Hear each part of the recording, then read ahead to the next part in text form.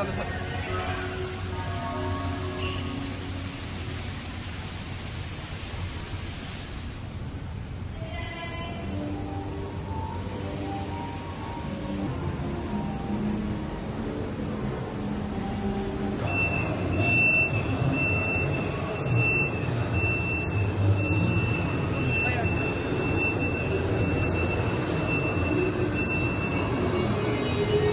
नमस्कार। भारतवर्ष के प्रमुख तीर्थ स्थलों की यात्रा में आपका स्वागत है। आज हम उन अद्भुत मंदिरों का दर्शन करने जा रहे हैं जिनका निर्माण आज से सदियों पहले हमारे पूर्वजों ने किया था। तो आइए इस यात्रा का प्रारंभ महानगरी मुंबई से करते हैं। पूरे देश से यहाँ लोग आते हैं और ये नगरी किसी को नाराज नहीं करती। गेटवे ऑफ इंडिया, भारत का ये प्रवेश द्वार इस समुद्र के तट पर 100 से भी ज्यादा सालों से खड़ा है।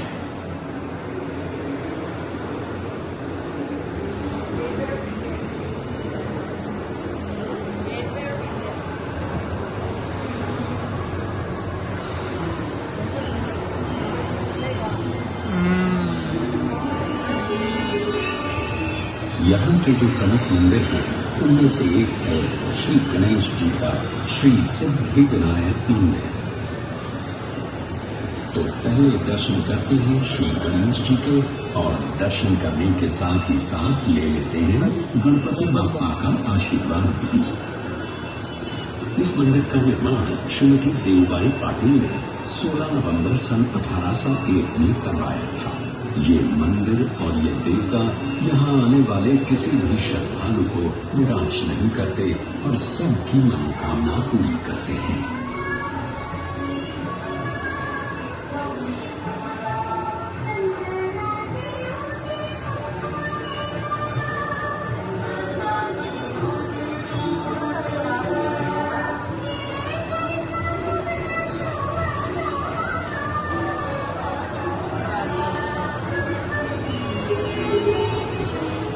मुंबई से अब सीधे चलते हैं गुजरात। भगवान श्री कृष्ण का ये प्राचीन द्वारकाधीश मंदिर 2000 वर्षों से अधिक समय से यहाँ बसा हुआ है। मान्यता ये है कि द्वारका नगरी में भगवान श्री कृष्ण का निवास ठीक इसी स्थान पर हुआ करता था।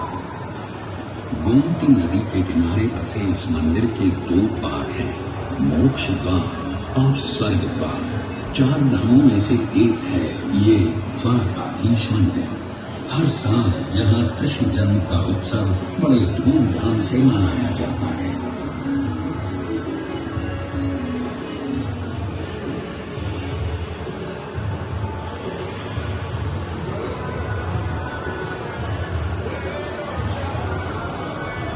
दर्शन करने जाएंगे 4 धामों में से एक और धाम श्री केदारनाथ जी के।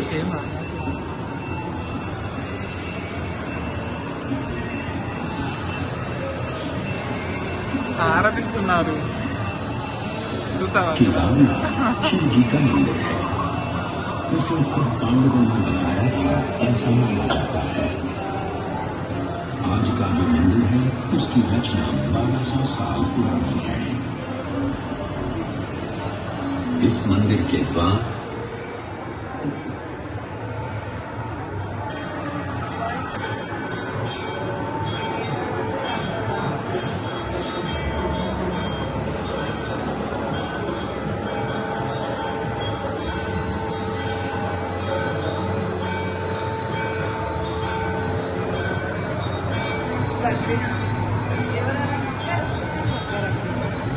के गढ़वाल क्षेत्र की पहाड़ियों में बसा बद्रीनाथ जी का मंदिर भी लगभग 3000 वर्ष पुराना है।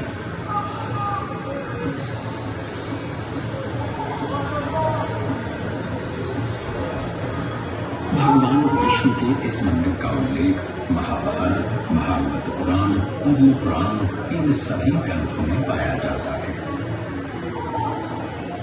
तो आइए दर्शन करते हैं श्री बद्रीनाथ जी के।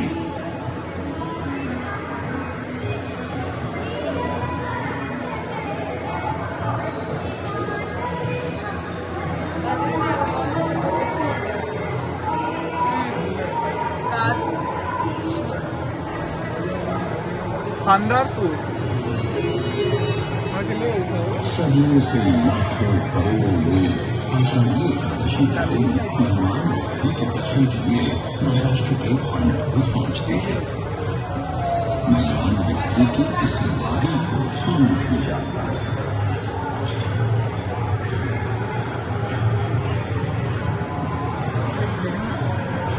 800 साल पुराना ये मंदिर भक्त कुंडली की भक्ति का प्रमाण भी है और महाराष्ट्र की संत परंपरा का आधार भी।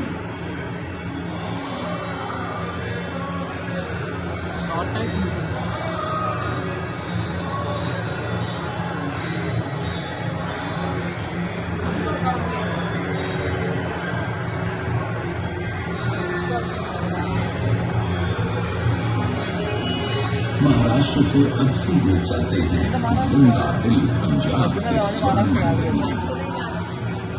सिखों के चौथे गुरु श्री गुरु रामदास जी ने ये मंदिर 1577 में बनवाया था और 18वीं सदी में महाराजा रणजीत सिंह जी ने 750 किलो स्वर्ण अर्पण करके दरबार साहिब को सोने से सजाया था।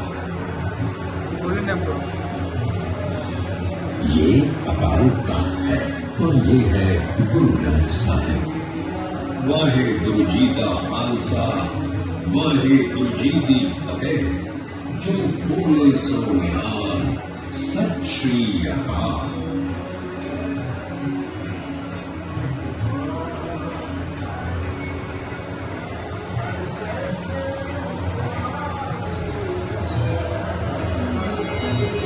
हमारा अगला पड़ाव है पुरी का जगन्नाथ मंदिर, जिसमें बसे हैं साक्षात भगवान श्री कृष्ण यानी जगन्नाथ, बलभद्र यानी बलराम और सुभद्रा। भगवान जगन्नाथ का ये मंदिर सुप्रसिद्ध 4 धामों में से एक है और 4 धाम की यात्रा की शुरुआत भी यहीं से की जाती है। सन 1174 में कलिंग देश के राजा अनंत वर्मा ने इस मंदिर का निर्माण करवाया था और तब से भगवान जगन्नाथ की रथ यात्रा पूरे विश्व में विख्यात है।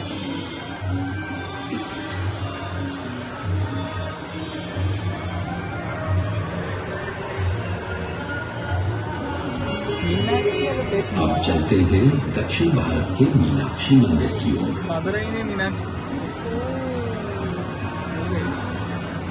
मीनाक्षी जो देवी पार्वती का रूप है, उनके मंदिर का ये 1000 स्तंभों का दालान है। 2500 वर्ष पुराने इस मंदिर के 50 मीटर ऊंचे 14 गोपुरम वास्तुशिल्प के सौंदर्य का प्रतीक है। इस मंदिर में 33,000 मूर्तियां हैं और यहाँ दर्शन के लिए रोज 15,000 से भी अधिक भक्त आते हैं।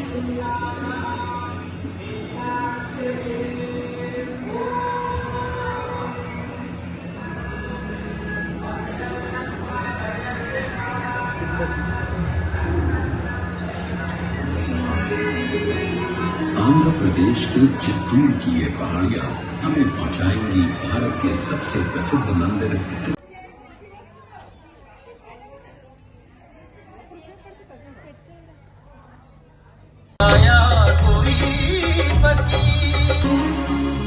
उसको क्या घर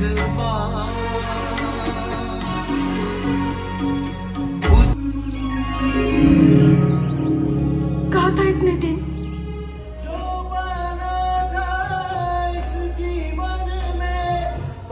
तुझे ही पाया है।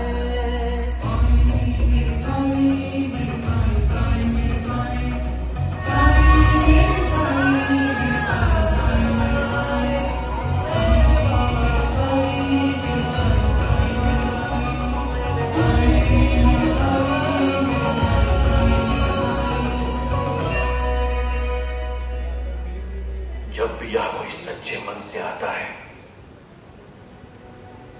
तो उससे मिलने में जरूर आता हूं। जिस मन में श्रद्धा और सबूरी है, उसके बुलाने पर तो साही को आना ही पड़ेगा। बाबा, आपने हमेशा श्रद्धा और सबूरी की बात की, उसका मतलब क्या है बाबा? श्रद्धा और सबूरी को समझना बहुत ही आसान है। ये हमारे मन में ही होते हैं। जैसे श्रद्धा का मतलब है यकीन, यानी विश्वास। अल्लाह मालिक, या अपने गुरु पर यकीन करना, उसे सच्चे दिल से मानना, यही श्रद्धा है। और सबूरी? सबूरी सबर को कहते हैं, जिसकी तुम्हें बहुत ज्यादा जरूरत है।